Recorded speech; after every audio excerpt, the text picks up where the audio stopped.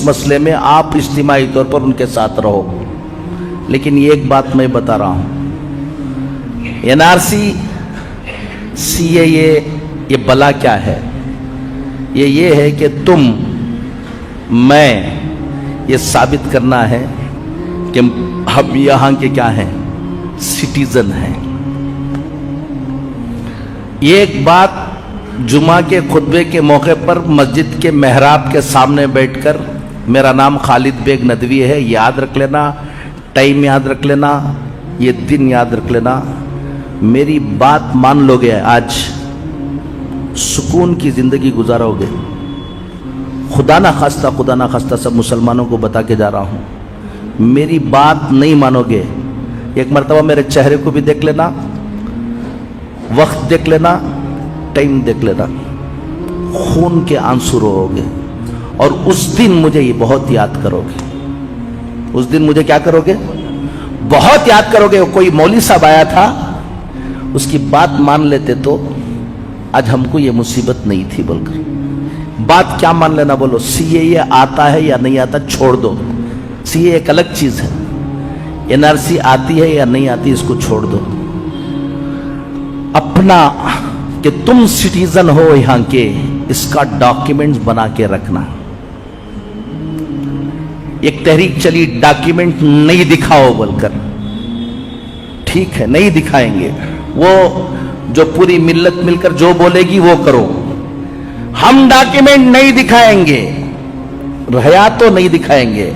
रखले को बोलना, सो मेरे पास है लेकिन क्या नहीं करूंगा, है ही नहीं है तो नहीं दिखाओगे क्या?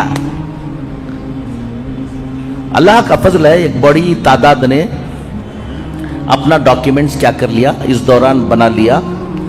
एक अच्छी बात यह हुई कि मौका मिल गया और अल्हम्दुलिल्लाह डॉक्यूमेंट्स बना लिया।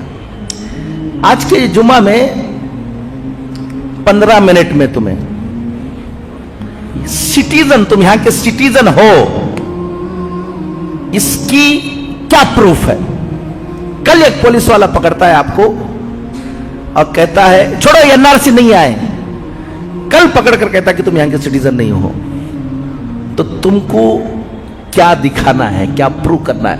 एनआरसी आने के बाद प्रूव करने का नहीं, आज कोई तुमको पकड़ कर कहता है कि तुम हजरत किसके बाप की हिम्मत के मुझे पकड़े, ये सब डायलॉग छोड़ डालना। आसाम के अंदर मिलिट्री में काम करके मिलिट्री से रिटायर्ड आदमी की सिटीजनशिप नहीं मिली, उसको प्रूव करना पड़ा, रोते हुए घूमता रहा। सिटीजनशिप एक्ट ये 1955 में बना। कब बना भाई? रत्ती याद रख ले सब लोग। सिटीजनशिप एक्ट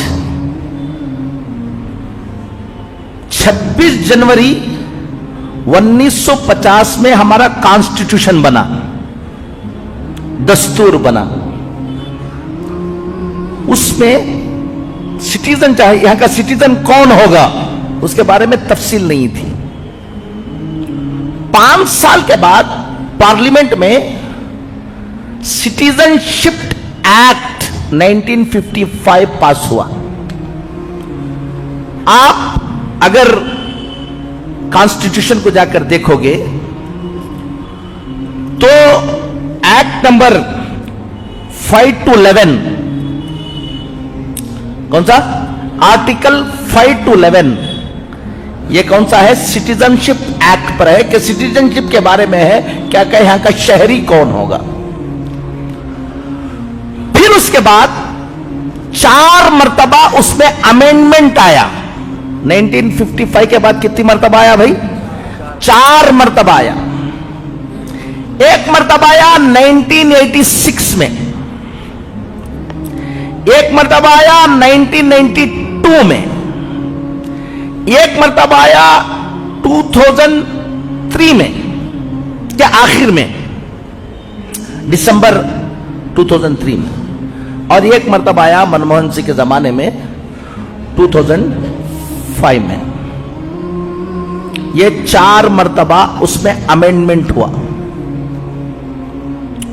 जब 1995 में सिटीजनशिप एक्ट आया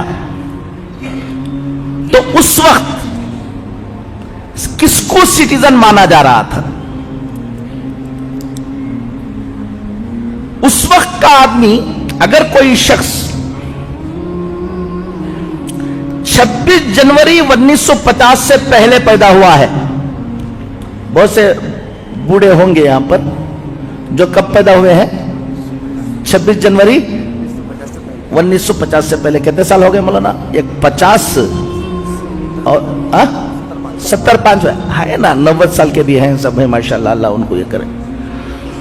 तो जो लोग 26 जनवरी 1950 से पहले पैदा हुए, उनको सिर्फ ये प्रूफ देना है कि 26 जनवरी 1950 की रात के 12 बजे के बाद हम कहां थे? इंडिया में थे। देखो ये काफी है। देखो मैं उस वक्त ये कार्ड बना हुआ था, ये हुआ था, बर्थ सर्टिफिकेट मिल गई, या कौन सी की नौकरी का, गवर्नमेंट नौकरी का, ये काफी। जो शख्स 26 जनवरी 1950 और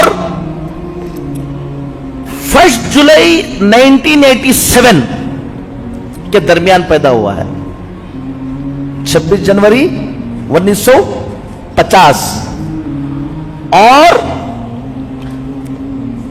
1 जुलाई 1987 के दरमियान जितने लोग पैदा हुए, उनको सिर्फ अपना सिटीजन होने को, कि मैं यहां था, इसका प्रूफ दे देने से उन्हें क्या हो जाएगा? यहां का शहरी हो जाएगा। क्लियर? प्रूफ क्या देना है बाद में बताऊंगा। जो बच्चा 1 जुलाई 1987 के बाद पैदा हुआ और 3 दिसंबर 2004 से पहले, समझ में आई बात? 1 जुलाई 1987 के बाद पैदा हुआ 12 बजे के बाद, और 3 दिसंबर 2004 से पहले पैदा हुआ, उन्हें सिर्फ अपना क्या दिखाया? देखो मैं इंडिया का क्या हूं, शहरी हूं, मेरे पास ये प्रूफ है, तो उसको सिटीजन नहीं माना जाएगा। उसको क्या नहीं माना जाएगा? उन्हें अपने फाइल के साथ अपने बाप, उसका बाप भी सिटीजन है यहां का, या उसकी मां सिटीजन है यहां की, वो प्रूफ भी साथ लगा के रखना, तब जाकर इसका क्या होगा। आप 87 के बाद पैदा हुए या पहले पैदा हो गए? 86 में पैदा हुआ था, आपका मसला हल हो गया। जितने भी आपके बच्चे जितने भी 87 के बाद पैदा हुए हैं 2004 से पहले, 3 दिसंबर 2004 से पहले, उनको क्या रखना है? सिर्फ उन्हें अपना डॉक्यूमेंट रख लेने से क्या नहीं होने वाला, उसकी बर्थ सर्टिफिकेट रख लेने से क्या नहीं होगा, उसकी बर्थ सर्टिफिकेट, उसकी शहरियत का प्रूफ रखने के साथ या तो अपने बाप या तो अपनी मां का प्रूफ भी उसके साथ कि वो भी इंडियन सिटीजन है, लगाव को रखोगे तो तुम्हारा सिटीजनशिप क्या होगा? ये होगा। नेक्स्ट, जो बच्चा 3 दिसंबर 2004 के बाद पैदा हुआ और अब तक, 4 के बाद कौन है? हाथ उठा कोई हो तो। देखो ये सब बच्चे ये सिर्फ अपना रख लेंगे तो क्या नहीं होने वाला है, ये सिटीजन नहीं है। इनको अपना प्रूफ भी रखना है कि मैं यहीं पैदा हुआ, बाप का भी प्रूफ रखना है और मां का भी प्रूफ रखना है, दोनों का रखना है, जब इनकी फाइल पूरी होगी। क्लियर? इसको बोलते हैं सिटीजनशिप बाय बर्थ। एक है सिटीजनशिप बाय डिसेंट, उसका कानून क्या है कि जो बच्चा 26 जनवरी 1950 के बाद पैदा हुआ, यहां का सिटीजन था, वो जाकर सऊदी में था या कहां था, अमेरिका में, किसी भी बाहर की कंट्री में उन्हें काम कर लेकर था, वहां एक बच्चा पैदा हुआ, उसको बर्थ कहां हुई, वहां हुई। अगर फादर उसका सिटीजन है तो ऑटोमेटिकली उन्हें भी क्या है, सिटीजन है। 10 दिसंबर 1992 से पहले के बच्चे, 10 दिसंबर 1992 के बाद कोई बच्चा इंडियन सिटीजन का बाहर पैदा हुआ तो वो सिटीजन मान लिया जाएगा कि फादर या मदर उसके क्या हो। 3 दिसंबर 2004 के बाद जितने बच्चे पैदा हुए उनको उसी वक्त सिटीजन माना जाएगा। वहां सऊदी में पैदा हुआ, 1 साल के अंदर उस बच्चे के बारे में जाकर इंडियन डिप्लोमेटिक मिशन के अंदर उसका वहां पर क्या कराना, आप रजिस्ट्रेशन कराना। अगर रजिस्ट्रेशन करा के रहे तो वो बच्चा यहां का सिटीजन होगा, अगर रजिस्ट्रेशन नहीं करा के रहे तो आप तो क्या रहेंगे, इंडियन रहेंगे, वो बच्चा क्या नहीं रहेगा, इंडियन नहीं रहेगा। एक है सिटीजनशिप, इसको मैं छोड़ देता हूं आगे की। एक है सिटीजनशिप बाय रजिस्ट्रेशन, ये जो यहां के पहले से यहां पैदा नहीं हुए थे, फॉरेनर थे, इंडियन ओरिजिन के थे, उन्होंने दोबारा क्या लेना चाहते हैं, यहां पर सिटीजनशिप लेना चाहते हैं, उनके लिए सिटीजनशिप बाय रजिस्ट्रेशन, ये जो सीए आया है ना, उन्हीं के लिए आया है। उसमें सीएए में आया है कि अगर सिटीजनशिप नेचुरलाइजेशन, एक सिटीजनशिप रजिस्ट्रेशन, इसके लिए सीएए आया है। उसके अंदर यह है कि अगर अफगानिस्तान, पाकिस्तान, बांग्लादेश, इसके कोई भी आदमी आकर यहां रजिस्ट्रेशन लेना चाहता है, पहले से 10 साल या 12 साल का शरायत है, वो सिख होगा, जैन होगा, बुद्धिस्ट होगा और हिंदू होगा, तो उसको हम क्या दे देंगे, सिटीजनशिप दे देंगे। मुसलमान होगा तो क्या नहीं करेंगे, नहीं देंगे। यही सीएए है। मैं आपको यह सीएए इस वक्त थोड़ा सा पेचीदा है, जल्दी खत्म करना है इसको, इसमें आता हूं। अब आपको करना क्या है, आसाम में हुआ क्या मसला सुन लो, बोलता हूं। आसाम में डॉक्यूमेंट सबके पास था, कुछ लोगों ने घमंड किया यही, अरे सालों से हम यहां हैं, कौन हम ना, ये सब दुनिया में होता क्या बोलकर बाद में रोते हुए घूमे। लेकिन एक बड़ी तादाद के साथ क्या हुआ, जो नाम की स्पेलिंग है, एक डॉक्यूमेंट में एक स्पेलिंग थी, एक डॉक्यूमेंट में एक स्पेलिंग थी, यही स्पेलिंग वालों की तादाद 10 लाख की थी। समझ लो आप, हमारा हाल यह है कि हमारे डॉक्यूमेंट बहुत खराब हैं इस मसले। गौर से सुन लो, ये आ रहा, इसलिए बोला मुझे बहुत याद करोगे बोलकर। तुम्हारी प्रॉपर्टी है, खरीदा है, उस प्रॉपर्टी के अंदर तुम्हारे नाम की स्पेलिंग दूसरी है और तुम्हारे जो सिटीजनशिप के लिए जो तुम्हारे पास क्या है, पेपर है, आधार कार्ड, पासपोर्ट, इसके अंदर स्पेलिंग क्या है, दूसरी है। तो गौर से सुन लो, वो प्रॉपर्टी तुम्हारी नहीं है।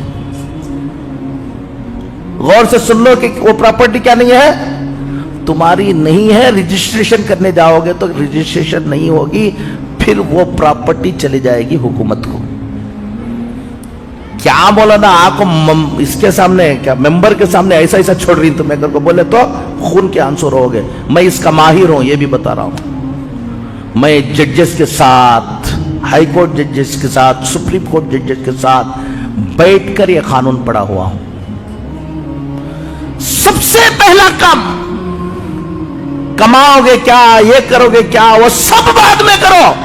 आज मैं बोल कर जा रहा हूं, आइंदा जुमा तक सीधा जाकर अपने घर के सब के डॉक्यूमेंट निकालो, स्पेलिंग देख लो। अभी भी टाइम अल्लाह ने दिया है। जब लागू होकर अब जहां 1000 रुपए में 2000 रुपए में तुम्हारा क्या बन जाएगा, डॉक्यूमेंट बन जाएगा।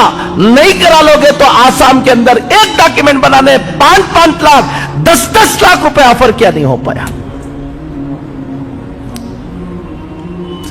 सिटीजनशिप के लिए सबसे ऑथेंटिक डॉक्यूमेंट वो बर्थ सर्टिफिकेट है, याद रख लो। क्या रखे? Birth certificate. अब मेरा बर्थ सर्टिफिकेट नहीं था, मेरा खुद अपना, सबको बोल रहा हूं मैं, मेरा बर्थ सर्टिफिकेट नहीं था। मेरे पास पासपोर्ट, आधार कार्ड, इलेक्शन आईडी कार्ड सारा है, लेकिन क्या नहीं था? बर्थ सर्टिफिकेट नहीं था तो भी सिटीजनशिप के लिए डॉक्यूमेंट क्या हो जाएगा, दूसरा भी हो जाएगा।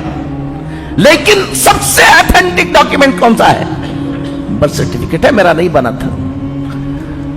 मैंने हजारों लोगों को बताया कि बर्थ सर्टिफिकेट आज 90 साल के बूढ़े का भी क्या हो जाएगा, बन जाएगा।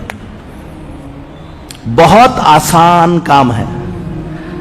मैंने एक लायर को पकड़ा और उसको काम दिया, और वो जाकर कोर्ट में केस डालेगा, अपील करेगा कि मेरा क्या नहीं है, बर्थ सर्टिफिकेट नहीं है। उसके लिए म्युनिसिपैलिटी में जहां पर रजिस्ट्रेशन होता है वहां से एक एक्नॉलेजमेंट लेना है कि तुम्हारा नाम यहां क्या नहीं है बोलकर। उसके बाद वहां पर जाना है, एक इंक्वायरी आती है। इंक्वायरी आने के बाद जज के पास जाना होता है। ये 3 से 4 महीने आपको भागना नहीं है, वो लायर कर लेगा। आखिर में एक विटनेस होगा, 2 विटनेस को लेंगे, आपका बर्थ सर्टिफिकेट, मेरा बर्थ सर्टिफिकेट अभी बन गया अल्हम्दुलिल्लाह। मैंने अपने बर्थ सर्टिफिकेट को सामने रखकर सारे के सारे पेपर्स एक स्पेलिंग के बनाए। मैंने मेरा पेपर अब इनके लिए, इनके अम्मी के डॉक्यूमेंट्स में जो एक स्पेलिंग है, इनके पेपर में यही स्पेलिंग रहना। इनके अब्बा के डॉक्यूमेंट्स में जो स्पेलिंग है वही स्पेलिंग किसके रहना, इनके रहना। फिर उसके बाद प्रॉपर्टी को तुम मैच करना, तो उस प्रॉपर्टी को तुम्हारे स्पेलिंग ठीक नहीं है तो तित-पोटी करा लेना, नहीं तो डॉक्यूमेंट्स में क्या प्रॉपर्टी के मुताबिक क्या बना लेना तुम्हें, ये करना। ये काम तो ये कर लेना। अब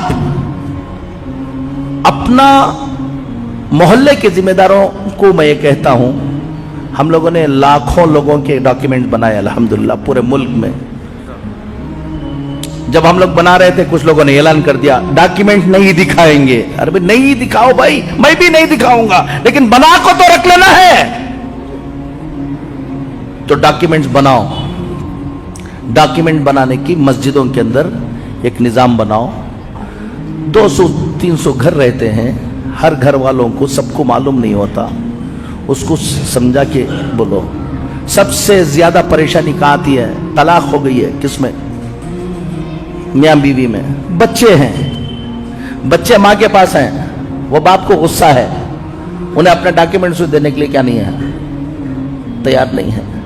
हमें ही बर्बाद कर देना चाहते हैं, हमारी नस्ल को गुस्सा आ गया है तो सब कुछ किसी भी तरह से बर्बाद कर देना चाहते हैं।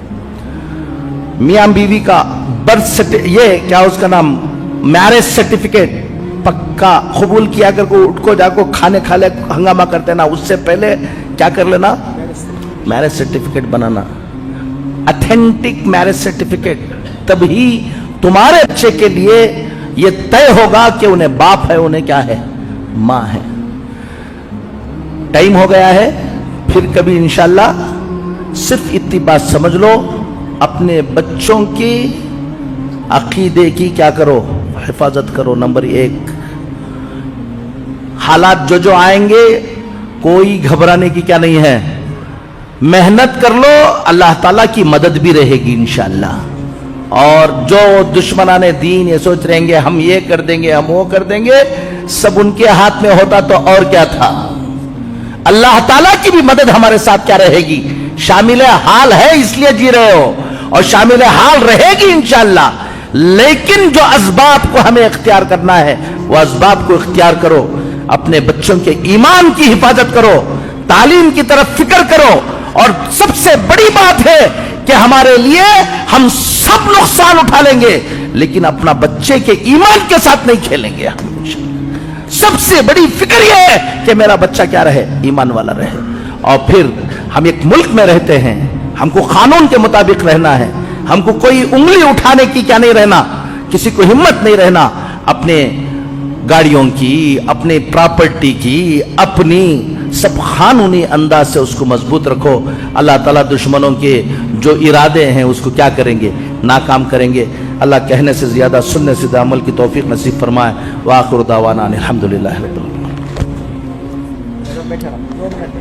आलमीन। एक ऐलान है, उसके बाद इंशाअल्लाह नमाज़ सुन्नत पढ़ने के लिए मौका दिया जाएगा। अभी और बहुत तफसीली बात थी, क्योंकि जुमा का मौका है, जितनी बात हो गई अल्लाह ताला हज़रत को बहुत बहुत जज़ाए खैर अता फरमाए। हमें खुशी है, बहुत खुशी है, बहुत ज़्यादा खुशी है कि हज़रत जो है बहुत ज़्यादा मसरूफ़ रहते हैं। आपको अंदाज़ा नहीं है मसरूफ़ियत का, आप कभी उनके दिन के साथ एक दिन गुजारेंगे आपको अंदाज़ा होगा। हम सबका एक काम है, इनका उनके कामों में ये भी एक काम है। हम दिन में एक काम करते हैं, ये दिन में 100 काम करते हैं, उसमें से एक काम ये भी है।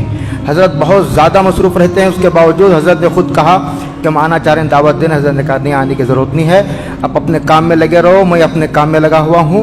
आप फ़ोन पर, मैं इन सारे तकल्लुफ़ात से जो है वो बाला तर हूँ और मैं इंशाल्लाह फ़ोन पर ही आ जाऊँगा। हज़रत खुद आ गए अपनी गाड़ी से। अल्लाह ताला बहुत बहुत जज़ाए खैर अता फ़रमाए और हज़रत के साए को अल्लाह आफ़ियत के साथ देर तक हमारे सरों पर कायम रख कर इस्तेफ़ादे की हमें तौफ़ीक़ अता फ़रमाए। 2024 के इलेक्शन की तैयारी हमें क्या करना है, कैसे करना है, मैदानी सतह पर क्या करना है। जैसे हमारे माशाल्लाह इज्तिमा शहर में भी और पूरे सूबे में तय हैं और चल रहे हैं कई माह से। अल्लाह ताला उनको मुबारक फ़रमाए, अल्लाह कबूलियत की शान से अल्लाह माला माल फ़रमाए और मुफीद फ़रमाए। इस तरह हमारा नारा है दावत व तबलीग का, हर घर हर फ़र्द। 2024 के इलेक्शन में भी जैसे हमने रियासत के इलेक्शन में काम किया, इसी तरह हर घर हर फ़र्द तक पहुँच गए।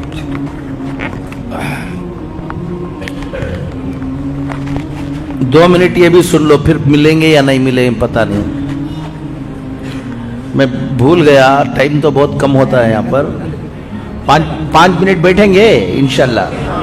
हाँ 10 मिनट चलेगा। 5 मिनट सुन लो, गौर से अच्छी तरह सुन लो। इलेक्शन में वोट डालना दूसरी कौमों के लिए अपने कैंडिडेट को जिताने के लिए है। मुसलमान को इलेक्शन में वोट डालना यहां पर हमारी जिंदगी के सेव करने के लिए, याद रखना। अगर आप इलेक्शन में वोट नहीं डालोगे तो अगर आपने इलेक्शन में वोट डाला, खुद ये एक सबूत है कि आप इलेक्टोरल रोल में थे और यहाँ के क्या हैं, सिटीजन हैं। दूसरी कौमों को अपनी हुकूमत बनाने के लिए इलेक्शन के में क्या डालना है, और हमें वोट जो डालना है वो सिर्फ हुकूमत को सोचकर नहीं डालना है, अपनी जिंदगी के लिए डालना है कि हमको यह साबित करना है कि हम कहाँ के हैं, यहाँ के। ये जो काम हम लोग करते रहते हैं कि कौन की जीतता, हमें वोट डाल को क्या करना। कॉन्स्टिट्यूशन ऑफ इंडिया जो अभी इलेक्शन आ रहा है, ये भी एक बात सुन लो मुझे याद रखने की। अगर इस इलेक्शन के अंदर फुस्ताई ताकतें नहीं हारेंगी, उसके बाद जो मुसीबतें इस मुल्क में आने वाली हैं उसका आप तसव्वुर भी नहीं कर सकते। दूसरी कौमों के लिए अपनी हुकूमतें बनाने के लिए है, हमारे लिए ये जो आने वाला इलेक्शन है वो इलेक्शन अपने वजूद को बाकी रखने के लिए है, याद रख लेना। एक बात होगी, इलेक्शन में कौन किस पार्टी में है, क्या है, ऐसा हंगामा पूरी जिंदगी, क्या है उसका नाम, ऐसा लीडरों के चक्कर में ऐसा पड़ो कि जिसकी वजह से तुम ही खत्म हो जाओ, ऐसे काम ना करो।